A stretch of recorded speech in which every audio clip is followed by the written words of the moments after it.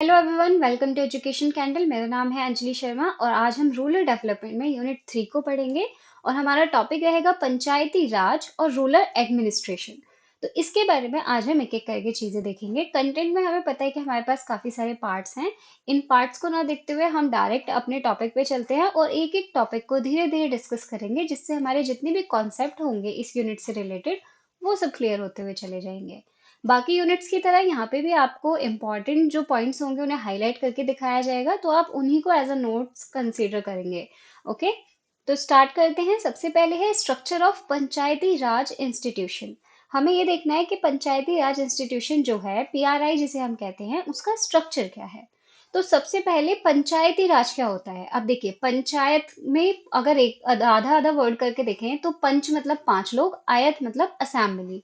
मतलब कि पांच लोगों की एक असेंबली बनाई जा रही है, जो कि क्या करेगी, रूल करेगी अपने पूरे एरिया को, मतलब एक पूरे गांव को। अब इसको देख लेते हैं कि हमारे बुक की लैंग्वेज में ये क्या है। तो पंचायत राज काउंसिल ऑफ 5 ऑफिशियल्स, जी इसमें हमें नाम से पता चल रहा है पंचायत मतलब 5 officials, is the system of local self government of village in rural India. मतलब ये कि हमारे विलेज में अब जो हमारी गवर्नमेंट है, अगर हम सिर्फ सेंट्रल या स्टेट लेवल पे बात करें तो स्टेट में भी काफी सारे गांव आ जाते हैं। तो वो पॉसिबल नहीं है कि सिंगल गवर्नमेंट जो है वो सारे गांवों की प्रॉब्लम्स को भी डील कर सके और छोटे छोटे टॉपिक पे भी काम कर सके, डेवलपमेंट में भी काम कर सके। तो इसीलिए इनको क्या किया, इनको लेवल्स में डिवाइड कर दिया गया। और यहाँ पे क्या है कि हम यहाँ पे इन्हीं लेवल्स को पढ़ेंगे। तो पंचायती राज में हम क्या करने वाले हैं, इन लेवल्स को देखने वाले हैं। It consist of the Panchayati Raj institution, as I said, PRI, जिसकी वजह से क्या होता है, ये सेल्फ गवर्नमेंट होती है किसी भी विलेज के लिए। ठीक है, मतलब विलेज में, हर विलेज में या फिर दो चार गांव को मिला के, अगर छोटे छोटे गांव है तो उनको मिला के एक पूरा पंचायत बना दिया जाएगा।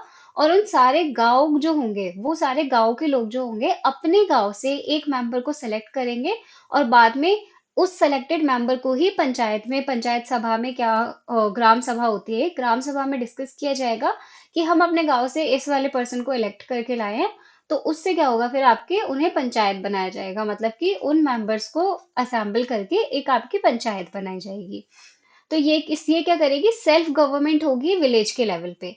PRI are taken with economic development. अब सॉरी, टास्क, पीआरआई का जो टास्क होता है, इनका टास्क होता है, पंचायत का टास्क होता है कि ये इकोनॉमिक डेवलपमेंट पे ध्यान दें, सोशल जस्टिस पे ध्यान दें, और जितनी भी सेंट्रल या स्टेट गवर्नमेंट स्कीम लेके आ रही है ना, जैसे हमने अपने यूनिट में पढ़ा था, स्कीम पढ़ी थी, काफी सारी एक्सपेरिमेंट पढ़े थे। तो ये जितने भी एक्सपेरिमेंट या स्कीम चल रही हैं, इनका क्या काम होता है कि सेंट्रल या स्टेट गवर्नमेंट ने जो भी नई स्कीम निकाली है, ये उसको अपने गांव में इम्प्लीमेंट करें, उसके बारे में गांव के लोगों को बताएं और फिर उस पर काम करना शुरू करें। तो ये होते हैं इनके टास्क। अब हमारे कॉन्स्टिट्यूशन में भी इनको, पंचायत को लेके एक सेक्शन दिया हुआ है जो है पार्ट 9। पार्ट 9 डीपीएसपी में पार्ट 9 है, जिसमें इन्होंने बताया हुआ है पंचायत के बारे में। ठीक है, आगे देखते हैं। इनकी 3 लेवल होते हैं, जैसे कि हमने कहा कि पंचायत राज में, पीआरआई में हम लेवल्स की बात करेंगे तो यहाँ पे 3 लेवल बनाए हुए हैं जो लोग हैं उनको गवर्न करने के लिए। जैसे आप विलेज लेवल पे दे सकते हैं कि ग्राम पंचायत बनाई हुई है, अगर कोई गांव है तो उसमें ग्राम पंचायत होगी। ब्लॉक लेवल जिसे हम कहते हैं पंचायत समिति। अब यहाँ पे क्या है कि जितनी भी ग्राम पंचायत है, वो क्या करेंगे, काफी सारे ग्राम पंचायत मिलके जब एक समिति बनाएंगे तो उसे हम कहते हैं पंचायत समिति। तो यहाँ पे क्या है, जब अलग अलग लोगों को लेके हम सेलेक्ट कर रहे हैं तो हम बना रहे हैं, क्या बना रहे हैं, एक पंचायत बना रहे हैं, ग्राम पंचायत। ठीक है, और जब हम ग्राम पंचायत को इकट्ठा कर रहे हैं तब हम बना रहे हैं पंचायत समिति। और जब हम पंचायत समिति को इकट्ठा करते हैं तो हम कहते हैं जिला पार्षद। ठीक है, यानी कि यहाँ पे क्या है, लेवल्स में चल रही है। विलेज लेवल पे आप ग्राम पंचायत बनाओगे, विलेज से जो अपर लेवल है हमारा, मतलब जो सेकंड लेवल है, उस पे हम ब्लॉक लेवल कहते हैं, जिसमें हम पंचायत समिति बनाएंगे। और जो हमारा लास्ट लेवल है उसे हम कहते हैं डिस्ट्रिक्ट लेवल, उस पे हम जिला पार्षद बनाएंगे। ठीक है, इन सबके बारे में एक एक करके पढ़ेंगे। अभी के लिए हमें सिर्फ इंट्रोडक्शन देखना था, तो आई होप कि ये चीज क्लियर हो गई होगी। नेक्स्ट क्वेश्चन पे चलते हैं। ऑब्जेक्टिव क्या होता है या फिर फिलॉसफी क्या होती है पंचायत राज की। तो ऑब्जेक्टिव जो है इनका वही है जो हमने भी डिस्कस किया था, कि जो भी इकोनॉमिकली वीकर सेक्शन कम्युनिटी है उन पे ये ध्यान देंगे, कॉपरेशन बनाएंगे लोगों के बीच में, कम्युनिटीज के बीच में, डेवलपमेंट पे काम करेंगे कि कैसे हम कोऑपरेटिव इंस्टीट्यूट बन के डेवलपमेंट में काम कर सकते हैं। डेवलपमेंट करेंगे लोकल रिसोर्सेज का, उसमें चाहे आपका यूटिलाइजेशन ऑफ मैन पावर हो या फिर कोई भी डेवलपमेंट चीज हो। ठीक है। देन प्रोडक्शन इन एग्रीकल्चर, मतलब एग्रीकल्चर के प्रोडक्शन में क्या हाईएस्ट प्रायोरिटी है उसकी प्लानिंग करेंगे कि हमें इस बार इस चीज की खेती करनी चाहिए तो इससे ये रहेगा, या कैसे खेती करनी चाहिए, किस गांव में क्या चीज की कमी है तो वहां पे हमें उस चीज को कैसे पूरा करना है। तो सारी प्लानिंग जो होती है वो इनका काम होता है, वो इनका ऑब्जेक्टिव होता है। देन ये देखते हैं कि प्रोग्रेसिवली आपकी जो अथॉरिटी है या फिर इनिशिएटिव है, हर लेवल पे, चाहे वो वर्टिकल लेवल पे हो हॉरिजॉन्टल लेवल पे हो, हर लेवल पे इनको वॉलेंटरी ऑर्गेनाइजेशंस बनाने होते हैं जो क्या क्या करेगी, प्रोग्रेसिव में क्या करेगी, पार्टिसिपेट करेगी। देन प्रमोशन करना होता है रूरल इंडस्ट्रीज का। अगर कोई इंडस्ट्री बनी है तो उसका प्रमोशन करेंगे, उसके बारे में लोगों को बताएंगे कि ऐसी एक इंडस्ट्री है, आप लोग वहां जाके भी काम कर सकते हैं। देन देखेंगे understanding of harmony between the people representative and people servant. यहाँ पे क्या है, जो पीपल रिप्रेजेंटेटिव हैं, मतलब कि जो थोड़े से ऊपर लेवल के लोग हैं उनके बीच में, और जो काम करने वाले लोग हैं उन दोनों के बीच में, जैसे हम अपनी लैंग्वेज में कहें बॉस और जो एम्प्लॉयज होते हैं उन दोनों के बीच में कॉपरेशन करवाना या हार्मनी, यानी कि सद्भावना पैदा करनी, उन दोनों के बीच में अंडरस्टैंडिंग्स बढ़ानी, ये भी हमारा ऑब्जेक्टिव होता है पंचायत का। जैसे आपने देखा होगा ना कि गांव के लोगों के बीच में अगर किसी चीज को लेकर विवाद हो गया तो फिर ग्राम पंचायत के पास जाते हैं, जी हमारे साथ ये हुआ, हमारे साथ ये हुआ, और पंचायत डिसाइड करती है फिर कि कौन सही है और किसको क्या हर्जाना जो है वो देना होगा। तो यही यहाँ पे बात हो रही है कि ये इनके ऑब्जेक्टिव होते हैं। आप गांव को ध्यान में रखिए, गांव की लाइफ को ध्यान में रखेंगे, उसके बाद इन क्वेश्चंस को करेंगे तो आप बहुत इजीली इन्हें बता पाएंगे। जैसे कि ऑब्जेक्टिव क्या होता है, आप पंचायत को दिमाग में रखिए। फिलॉसफी क्या होती है पंचायत राज की, फिलॉसफी सिर्फ इतनी सी होती है कि हमें क्या करना है, जो ट्रेडिशनल चीजें चलती आ रही है, अपनी कल्चरल चीजें चलती आ रही है, उनको ध्यान में रखना है। क्योंकि जो पंचायत बन रही है जिन लोगों से मिलके, वो भी हमारे ही बीच में से उठे हुए लोग हैं, हमने ही उनको सेलेक्ट किया है। जैसे हम लोग करते हैं ना कि वोट देते हैं और फिर कोई एक जो नेता होते हैं वो क्या होते हैं, पावर में आते हैं, या फिर कोई एक जो हमारी पार्टी होती है वो पावर में आती है। ऐसे ही गांव के लेवल पे होता है, बट ये बहुत छोटे लेवल पे है। गांव के कुछ लोग हैं वो मिलके वोट देंगे किसी एक पर्सन को, और फिर वो जो पर्सन होगा वही सिलेक्टेड होगा ग्राम पंचायत में। ठीक है, सिर्फ इतना ही काम है। मतलब हम बड़े लेवल पे कर रहे हैं, वो अपने गांव के लेवल पे करते हैं, ग्राउंड लेवल पे करते हैं चीजें। तो ये इनकी फिलॉसफी रहती है। बाकी इफेक्टिव मीनिंग और फंक्शनिंग कराना लोगों के बीच में, पंचायत का काम होता है कि वो सेल्फ गवर्नेंस करे, मतलब विलेज लेवल पे वो अच्छे से गवर्न कर पाए अपने पूरे एरिया को, डेवलपमेंट प्रोग्राम्स को बता पाए। ठीक है, और इनका एम होता है कि जितने भी विलेज हैं, every village being a republic and panchayats having power has been translated into reality। मतलब वो सारी चीजें जो आप सोच के चल रहे हैं, वो जो सारी पावर्स आपके पास हैं, उनको आप रियलिटी में यूज कर सको। इंट्रोडक्शन किस चीज में देते हैं ये, उस रियलिटी का, थ्री टीयर ऑफ पंचायत राज में। और वो थ्री टीयर कौन से हैं जो हम अभी पढ़ चुके हैं ऊपर। ठीक है, नेक्स्ट क्वेश्चन पे आते हैं कि ग्राम पंचायत क्या है। अब हम इतनी देर से देख रहे हैं ग्राम पंचायत, ग्राम पंचायत, ये ग्राम पंचायत है क्या। ग्राम पंचायत का मतलब होता है मीनिंग अ विलेज और अ क्लस्टर ऑफ विलेजेस। वही, अगर आपका कोई गांव है, बड़ा गांव है, तो सिर्फ वो गांव काउंट होगा। अगर छोटे छोटे गांव हैं, छोटे छोटे विलेजेस हैं, तो उन सबको क्या किया जाएगा, मर्ज कर दिया जाएगा। तो ग्राम क्या होता है, या तो एक सिंगल विलेज होता है या फिर क्लस्टर ऑफ विलेजेस होते हैं। Is divided into a minimum of 5 consequences. मतलब ये कि जो आपके गांव होंगे का, अगर बड़ा गांव है तो वो सिर्फ गांव, या फिर क्लस्टर ऑफ गांव जो होते हैं, विलेजेस होते हैं, उनको क्या होता है, डिवाइड किया जाता है 5 कम से कम लोगों में, depending on the number of voter and the gram is having. ठीक है, मतलब कि कितने वोटर हैं आपके ग्राम के पास उस गांव में, उस पर डिपेंड करता है। बाकी मेन चीज यहाँ पे यही है कि उस पूरे गांव में से 5 लोगों को सेलेक्ट किया जाता है, और वो 5 लोग मिलके क्या करते हैं, सिलेक्टेड जो मेंबर होते हैं हमारे, जिनको इलेक्ट करते हैं हम लोग, वोट देते हैं गांव में भी। तो जिन जो इलेक्टेड होते हैं उनको क्या किया जाता है, उन सबको लेके एक पूरी असेंबली बना दी जाती है, जिसे हम कहते हैं ग्राम पंचायत।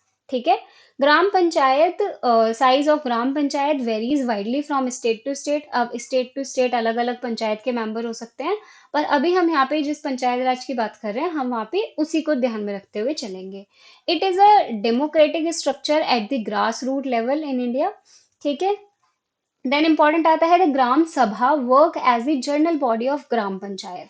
अब ग्राम पंचायत और ग्राम सभा में क्या डिफरेंस है? ग्राम सभा होती है जब गांव के लोग आपस में मिलके कोई मीटिंग कर रहे होते हैं, ठीक है, वो होती है ग्राम सभा।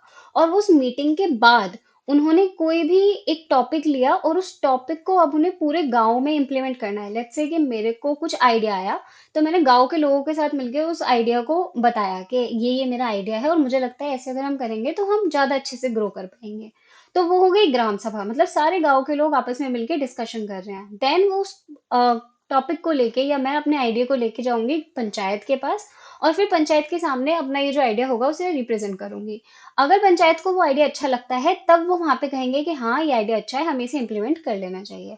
तो ग्राम सभा यही होती है कि जितने भी गांव के लोग हैं वो सब मिलके जब कोई किसी चीज पे मीटिंग कर रहे होते हैं तो वो ग्राम सभा कहलाती है।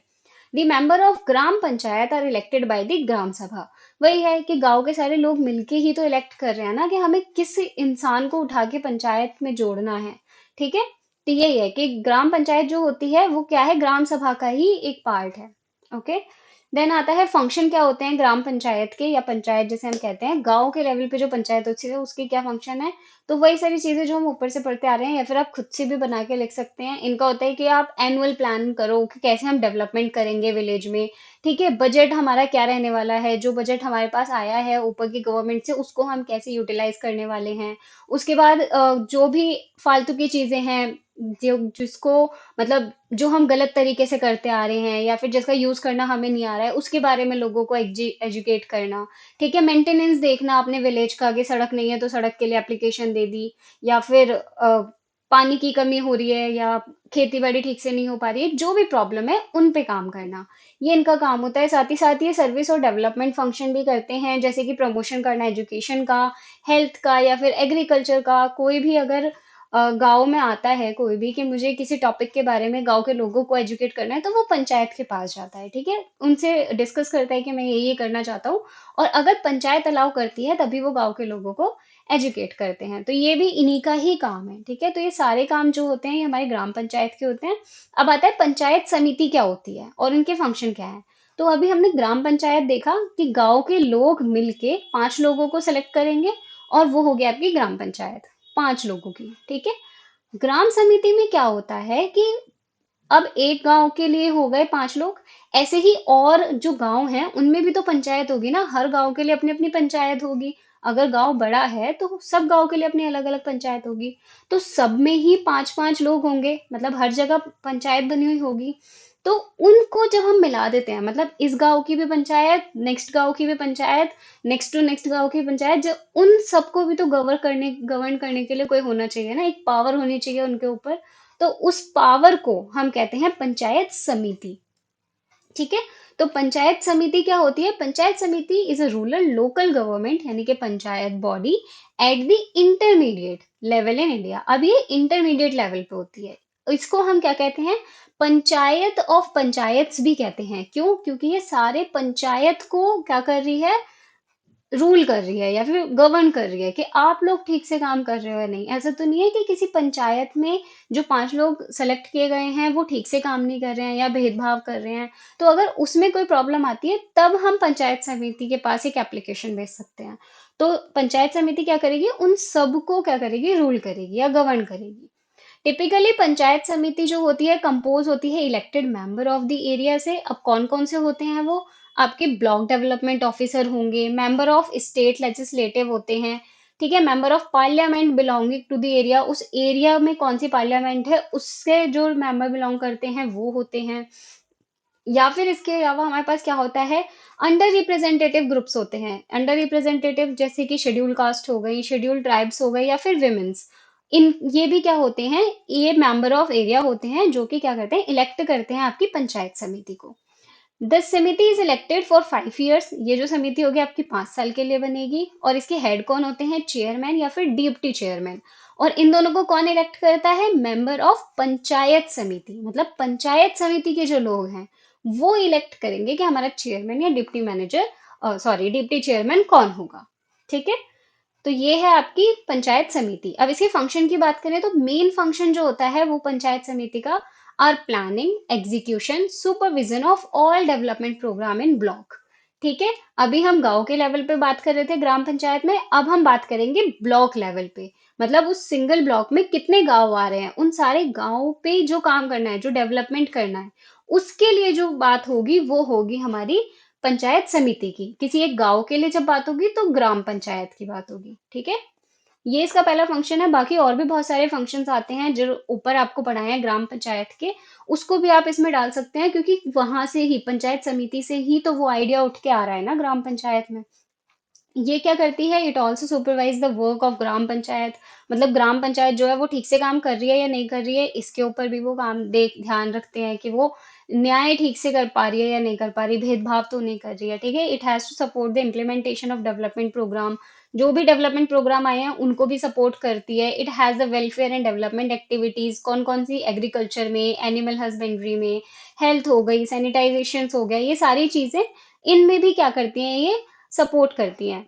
ठीक है, it has to use the village housing project fund and loan. मतलब कि आपके किसी गांव में, मान लिया किसी गांव में घर नहीं है लोगों के पास, या फिर सड़क नहीं बननी है ठीक से, तो उसके लिए अगर वो एप्लीकेशन भेजते हैं पंचायत समिति के पास, तो इनका ये काम होता है कि ये क्या करें, उस एप्लीकेशन को आगे गवर्नमेंट के पास भेजें, ताकि जो भी फंड या लोन हमें मिल रहा है उसको ये क्या कर सके, अच्छे से यूटिलाइज कर सके। नेक्स्ट क्वेश्चन आता है हमारे पास, जिला पार्षद क्या होता है। अब देखिए, हमने ग्राम पंचायत देख लिया, हमने पंचायत समिति देख लिया, अब आते हैं हमारे पास जिला पार्षद। अब जो गांव के लेवल पे हम बात कर रहे थे, विलेजेस की बात कर रहे थे, तो उस विलेज को संभालने के लिए पंचायत हो गई। ठीक है, सारी पंचायत जो आ रही हैं उनको संभालने के लिए ब्लॉक्स हो गए। अब ब्लॉक एक तो नहीं होगा, ऐसे बहुत सारे ब्लॉक होंगे, और उन सारे ब्लॉक में काफी सारी पंचायत होंगी, तो उन ब्लॉक को भी तो किसी न किसी को संभालना है ना। उसको संभालने के लिए हमारे पास होते हैं जिला पार्षद। ठीक है, तो जिला पार्षद जो होते हैं is the third tier of Panchayati Raj system and function at the district level. ये काम करते हैं डिस्ट्रिक्ट लेवल पे। ठीक है, जिसके अंदर काफी सारे ब्लॉक आ रहे हैं, तो अब ये ब्लॉक को क्या करेंगे, संभालेंगे। जिला पार्षद इज एन इलेक्टेड बॉडी, ये भी एक इलेक्टेड बॉडी है। जो ब्लॉक प्रमुख होते हैं ब्लॉक पंचायत के, वो क्या करते हैं, उनको भी आप रिप्रेजेंट कर सकते हो एज अ जिला पार्षद। मेंबर जो होते हैं हमारे जिला पार्षद के, वो कौन कौन से होते हैं, आपके स्टेट लेजिस्लेचर हो गए या फिर पार्लियामेंट ऑफ इंडिया हो गए, आर मेंबर ऑफ द जिला पार्षद। जिला पार्षद जो होते हैं ये टॉप मोस्ट टीयर है पंचायती राज सिस्टम के, हमको पता है, क्योंकि ब्लॉक को भी जो कंट्रोल कर रहे हैं वो कौन है, जिला पार्षद। तो ये टॉप टीयर में आ गए हमारे। And act as a link between, अब ये क्या है, लिंक की तरह काम करते हैं स्टेट गवर्नमेंट में और विलेज लेवल ग्राम पंचायत में। जैसे कि हमने कहा ना कि अगर किसी गांव में सड़क नहीं है, उनको सड़क बनवानी है, तो ऐसा तो है नहीं कि कोई ब्लॉक लेवल से फंड आ जाएंगे या फिर डिस्ट्रिक्ट लेवल से फंड आ जाएंगे। उसके लिए हमें स्टेट गवर्नमेंट को देनी पड़ेगी एप्लीकेशन। तो उस स्टेट गवर्नमेंट तक आपकी बात पहुंचाने के लिए जो इंटरमीडिएट का काम करते हैं वो होते हैं आपके जिला पार्षद। अब ये कौन कौन से होते हैं, द चीफ एग्जीक्यूटिव ऑफिसर। जो चीफ एग्जीक्यूटिव ऑफिसर होते हैं, अब ये कौन होंगे, जो आईएएस ऑफिसर होते हैं या फिर सीनियर स्टेट सर्विस ऑफिसर्स होते हैं, ये होते हैं head of administrative setup of the जिला पार्षद। अब इनके फंक्शन की अगर हम बात करें, तो फंक्शन इनका वही है कि ये बॉडी जो होगी या फिर ब्लॉक्स जो होंगे, उनको एडवाइस करेंगे कि आपको कैसे कैसे काम करना है, बजट और प्लानिंग को प्रोवाइड करवाएंगे ब्लॉक को। ठीक है, फंड अगर कोई आया है तो उसको ब्लॉक को अलॉट करेंगे कि इस वाले ब्लॉक के पास जाना चाहिए, क्योंकि इनके गाँव को ज्यादा जरूरत है। देन सेकेंडरी एजुकेशन भी इन्हीं की रिस्पॉन्सिबिलिटी हो जाती है। ये एडवाइस करते हैं गवर्नमेंट को in all matter related to rural development and district. मतलब ये कि ये स्टेट गवर्नमेंट जो भी डिसीजन लेती हैं कि हमें रूरल डेवलपमेंट के लिए क्या क्या करना है, उनको यही एडवाइस कर रहे होते हैं। ठीक है, तो ये होते हैं आपके जिला पार्षद। अब हम देखेंगे emergence and growth of Panchayati Raj institution in India. तो इसमें एक स्टोरी है, आप इसको स्टोरी की तरह सुनिएगा। Panchayati raj was not a new concept in India, ये पहले से ही चला आ रहा है। Indian villages had panchayat where, जहाँ पे हम क्या कर रहे थे, बोथ, जहाँ पे ये जो पंचायत थी ये दोनों काम कर रही थी, एग्जीक्यूटिव का भी और जुडिशियल पावर का भी। किस चीज के लिए, जितने भी इश्यूज हैं, जितने भी डिस्प्यूट्स अराइज हो रहे हैं विलेज एरिया में, उनको सॉल्व करने के लिए। गांधी जी ने भी कहा था कि पंचायती राज जो है वो होना चाहिए हमारे रूरल डेवलपमेंट के लिए, रूरल एरियाज में। दस रिकॉग्नाइजिंग देयर इंपॉर्टेंस, उनके इंपॉर्टेंस को ध्यान में रखते हुए हमारे कॉन्स्टिट्यूशन मेकर्स ने इस पंचायत प्रोविजन को इंक्लूड किया। किसमें, कॉन्स्टिट्यूशन में, पार्ट 4 में। ठीक है, आर्टिकल 40 जो है वो बताता है रिस्पॉन्सिबिलिटीज अपॉन स्टेट यानी कि वो ये बताता है कि स्टेट की रिस्पॉन्सिबिलिटी है कि वो ऑर्गेनाइज करे विलेजेस में पंचायत को, और साथ ही साथ उनके पावर और अथॉरिटी भी ये दी गई कि जितने भी फंक्शंस होते हैं as a unit of self government वो उनको दिए जाएं। But it does not give guidelines, इन्होंने गाइडलाइंस नहीं दी कि आपको पंचायत को ऑर्गेनाइज करते टाइम पे कौन कौन सी गाइडलाइंस को ध्यान में रखते हुए चलना है। पंचायती राज जो है फॉर्मली ऑर्गेनाइजेशन है या फिर structure was firstly recommended by Balwant Rai committee. ये आपको ध्यान रखना है कि जब आपका फॉर्मल ऑर्गेनाइजेशन या स्ट्रक्चर हुआ था पहली बार पंचायती राज का, वो रिकमेंडेड किया गया था बलवंत राय कमेटी द्वारा। ये कमेटी क्या थी इन दिस रिपोर्ट, ये रिपोर्ट कब दी गई थी, नवंबर 1957 में, जो कि रेकमेंड कर रही थी establishment of scheme of democratic decentralisation, जिसे हम क्या कहते हैं, पंचायती राज कहते हैं। ठीक है, ये कब की गई थी, नवंबर 1957 में। ये रिकमेंड करती है फॉर 3 टियर सिस्टम, जो हमने अभी देखा था। ये कहते हैं कि 3 टियर सिस्टम होना चाहिए, विलेज का, ब्लॉक का और डिस्ट्रिक्ट लेवल का। ठीक है, जिसको हम अभी अपने ऊपर वाले क्वेश्चन में देख ही चुके हैं। अब इनके रिकमेंडेशन को ध्यान में रखते हुए राजस्थान ने कहा ओके हम इसको अडॉप्ट करते हैं। तो सबसे पहले जो फर्स्ट स्टेट बना था पंचायत राज को अडॉप्ट करने वाला, वो था राजस्थान। अक्टूबर 2 1959 में इन्होंने इसे अडॉप्ट किया था। इसके बाद अशोक मेहता कमेटी आई, पंचायती राज के बारे में इन्होंने क्या किया, दिसंबर 1977 में आई थी ये, 1977 में आई थी अशोक मेहता कमेटी। ठीक है, देन इनके बारे में अगर हम देखें तो इन्होंने क्या किया, ये कमेटी 1977 में आई थी। 1978 अगस्त 1978 में इन्होंने एक रिपोर्ट सबमिट की, जिसमें इन्होंने कुछ रिकमेंडेशंस दिए। इन्होंने कहा कि जो पंचायती राज सिस्टम हमारे उसमें चलता आ रहा है, कंट्री में चलता आ रहा है, इसमें 3 की जगह 2 टियर सिस्टम होना चाहिए। ठीक है, या तो एक तो स्टेट वाला होना चाहिए और आपकी मतलब गवर्नमेंट और जो विलेज है इन दोनों के बीच में ही डायरेक्ट कम्युनिकेशन होना चाहिए। जो मिड का आपने टियर बनाया हुआ है इसको आप हटा दो। इसके साथ ही इन्होंने ये भी रिकमेंडेशन दिया कि रिजर्वेशंस होनी चाहिए हमारे SC ST वालों के लिए। अब इसके बाद क्या हुआ, further GV Rao committee appointed हुई 1985 में, और इन्होंने अगेन रेकमेंड किया कुछ मेजर्स को ध्यान में रखते हुए हमारे पंचायती राज इंस्टीट्यूशंस जो हैं उनको स्ट्रेंथ देने के लिए।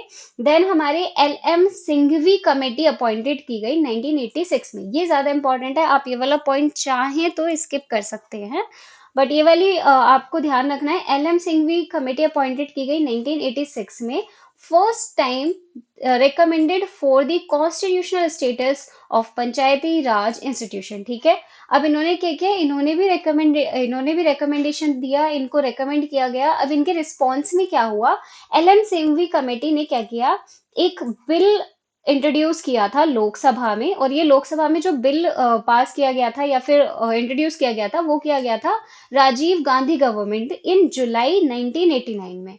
ठीक है, constitutionalization panchayati Raj institution, but the bill was not passed in Rajya Sabha. ठीक है, राज्यसभा से ये जो बिल था जो राजीव गांधी गवर्नमेंट के टाइम पे जुलाई में इंट्रोड्यूस किया गया था वो राज्यसभा से पास नहीं हो पाया।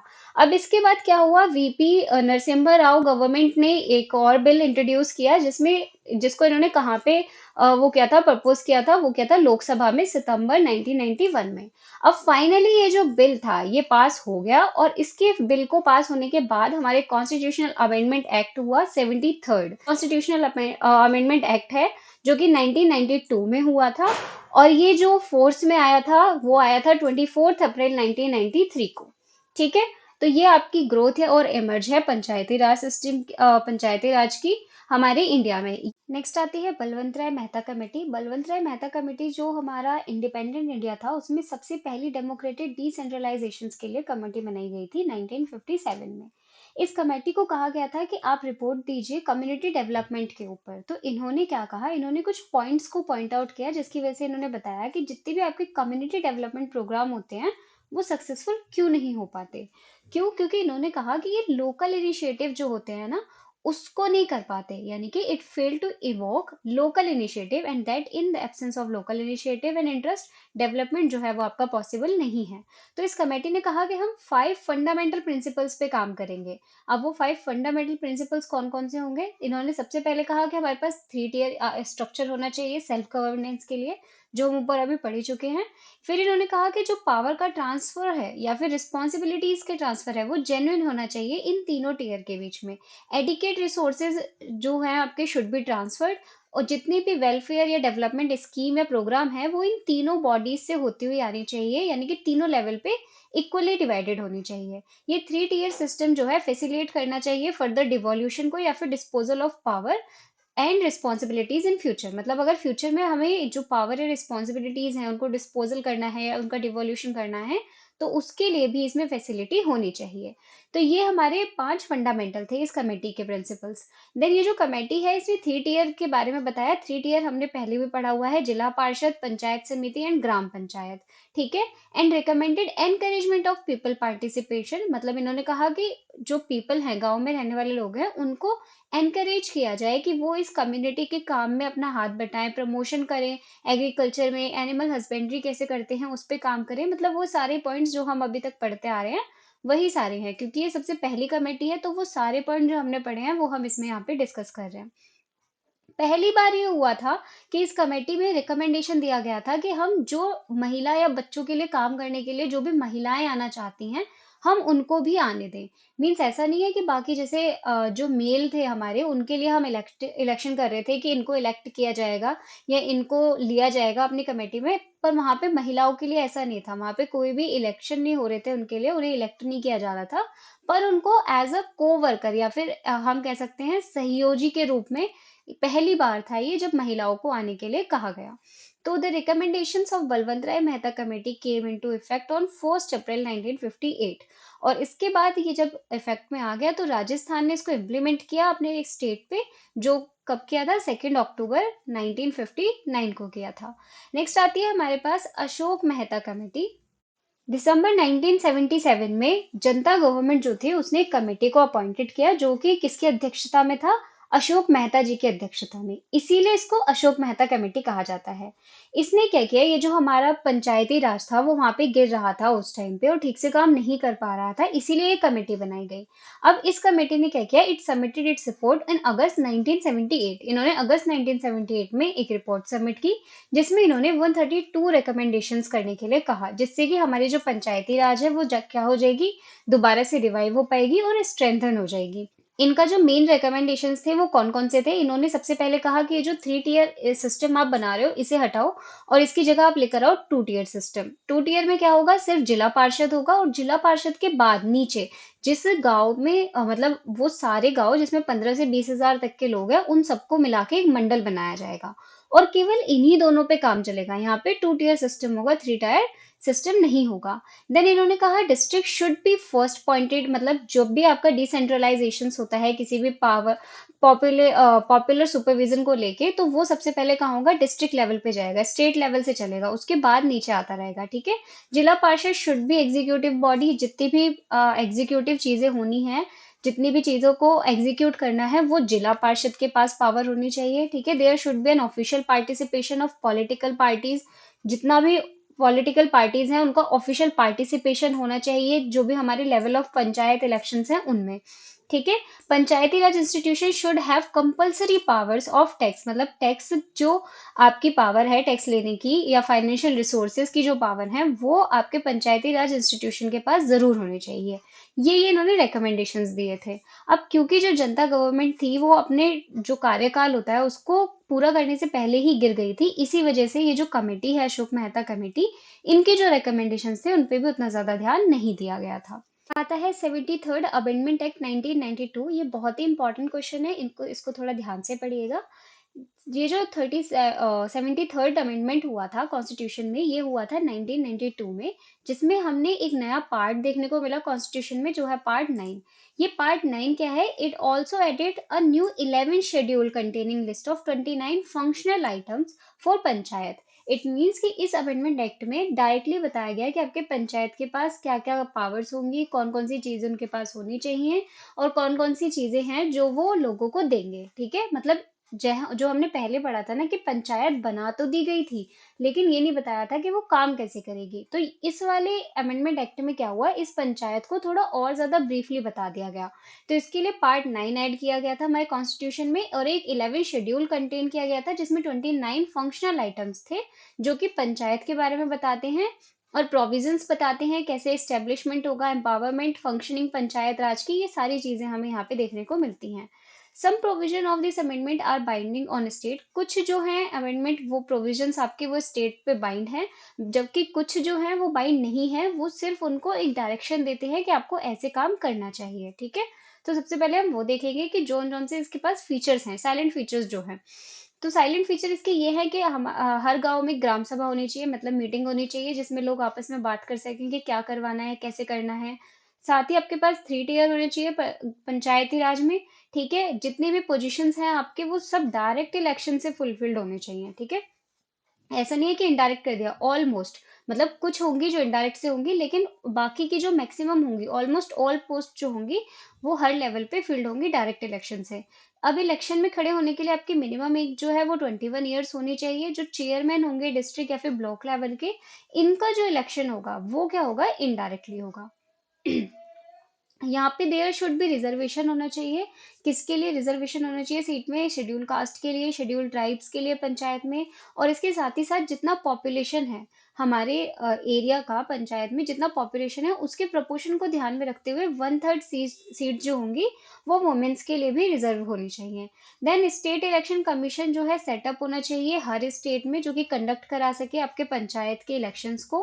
टेन्योर जो होगा पंचायती राज का वो 5 ईयर्स रहेगा, और अगर 5 साल से पहले आपकी जो पंचायत है वो डिसॉल्व हो जाती है तो ये कहा गया कि आने वाले 6 महीनों के अंदर अंदर आपको दोबारा से फ्रेश इलेक्शंस जो हैं वो कराने होंगे, और फिर आपकी पंचायत को दोबारा से क्या करना होगा, अपने काम में आना होगा। देन स्टेट फाइनेंस कमीशन बनाया गया, सेटअप किया गया, जो कि हर स्टेट को जितने भी 5 साल में वो काम कर रही हैं उसके फाइनेंस पे काम करेंगे कि अगर 5 साल में कोई पंचायत आई है तो वो कैसे अपने फाइनेंस को इम्प्लीमेंट कर रही है या कैसे उसका मैनेजमेंट कर रही है, ये चीजें ध्यान रखेंगे। तो इसके लिए फाइनेंस कमीशन था। अब जो वो वाले प्रोविजंस हम देख लेते हैं जो कि स्टेट पे बाइंड नहीं है लेकिन सिर्फ गाइडलाइंस है। अभी तक जितने हमने देखे वो सब बाइंड थे स्टेट पे, लेकिन अब ये बाइंड नहीं है, सिर्फ गाइडलाइंस है ये तीन।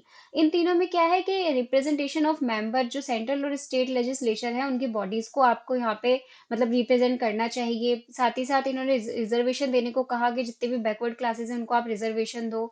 पंचायती राज institution should be given financial power, मतलब कि इनको जितने भी आपकी फीस होती हैं, टैक्स होते हैं, ठीक है, उसमें रिलैक्सेशन होना चाहिए। जो भी एफर्ट्स ये लोग डाल रहे हैं पंचायत को चलाने में वो क्या होना चाहिए, ऑटोनमस होना चाहिए। मतलब ऐसा ना हो कि कोई और आके इनको कंट्रोल कर रहा है। ठीक है, ऐसा होना चाहिए कि ये खुद से अपनी चीजों को अच्छे से हैंडल कर सकें। तो ये कुछ गाइडलाइंस हैं जो हमारे कॉन्स्टिट्यूशन में ऐड की गई थी 73rd अमेंडमेंट एक्ट के बाद। हमने देखा कि फाइनेंस कमीशन की बात की गई थी, तो अब हमें देखते हैं कि फाइनेंस कमीशन की हमें जरूरत क्यों पड़ी। तो नीड ऑफ फाइनेंस कमीशन क्या था, there has been a concern with regard to adequacy of resources of the PRI to be. इसमें क्या हो रहा है, ये कह रहे हैं कि जब आपके पीआरआई जो है काम करने में आए थे, अपने फंक्शन में आए थे, तब वहां पे क्या हुआ कि वहां पे वो जो रिसोर्सेज हैं उनके पास, उसके उनको लेके ना कुछ कंसर्न हो रहे थे कि ये जो अपने रिसोर्सेज हैं ये इसको ठीक से यूज कर पा रहे हैं या नहीं कर पा रहे हैं। तो the various committee and commissions that were appointed, अब यहाँ पे क्या हुआ, इसी कंसर्न को ध्यान में रखते हुए बहुत सारी वेरियस कमेटी और कमीशंस जो थे वो अपॉइंट किए गए, have generally conclude that adequate finance are not available, मतलब कि जितना फाइनेंस चाहिए वो अवेलेबल नहीं है। किसके लिए, जो भी पीआरआई के फंक्शंस हैं उनको परफॉर्म करने के लिए। They also do not have the freedom to tap and utilise the resources, PRI को इतनी फ्रीडम भी नहीं दी गई है कि वो जितने भी उनके रिसोर्सेज हैं उनको वो यूज कर सके या फिर उनको अवेलेबल बना सके लोगों की नीड्स के अकॉर्डिंग। और ना ही पीआरआई के पास इतने फंड्स हैं कि वो अपने एक्सपेंडिचर्स को वहां पे रिप्रेजेंट कर सके। There is a scope of increase in quantum of financial resources of PRI. ठीक है, मतलब कि यहाँ पे क्या हुआ, फाइनेंशियल रिसोर्सेज जो थे उनमें बहुत ज्यादा दिक्कतें आने लगी, तो उसको ध्यान में रखते हुए यहाँ पे क्या हुआ था, फाइनेंस कमीशन बनाया गया था। अब फाइनेंस कमीशन का क्या काम होगा, ये सिर्फ फाइनेंशियल पोजीशन जो होंगी पीआरआई की उन पे ही ध्यान देंगे। और इनके ऑब्जेक्टिव की अगर हम बात करें तो ऑब्जेक्टिव ये है कि ये कलेक्ट करेंगे data with regard the finance, मतलब फाइनेंस से रिलेटेड इनकम है, एक्सपेंडिचर्स है पीआरआई की, जितनी भी ये चीजें हैं उनका ये सारा डेटा कलेक्ट करके रखेंगे। देन ये स्टडी करेंगे स्ट्रक्चर की, जो भी फंक्शन अलॉटेड हुए हैं, अलोकेटेड किए गए हैं पंचायती राज इंस्टीट्यूशन को अलग अलग लेवल पे, वो कैसे काम कर रहे हैं, अपने काम को ठीक से कर रहे हैं या नहीं कर रहे हैं। इसका ये इनका ऑब्जेक्टिव था। To analyse the resources situation, मतलब जो रिसोर्सेज अभी पीआरआई के पास हैं फंक्शन करने के लिए, उनके सिचुएशन कैसी है, मतलब वो ठीक कंडीशन में है या नहीं है, ठीक से उनका यूटिलाइज किया जा रहा है या नहीं किया जा रहा। Then to analyse the implementation of the existing situation of PRI in relation to the amendment, मतलब ये कि अभी जो अमेंडमेंट हुआ है उसको ध्यान में रखते हुए हमारे पीआरआई के पास कितनी पावर है, कैसे वो काम कर रही हैं और कैसे वो उसको इम्प्लीमेंट कर सकती हैं।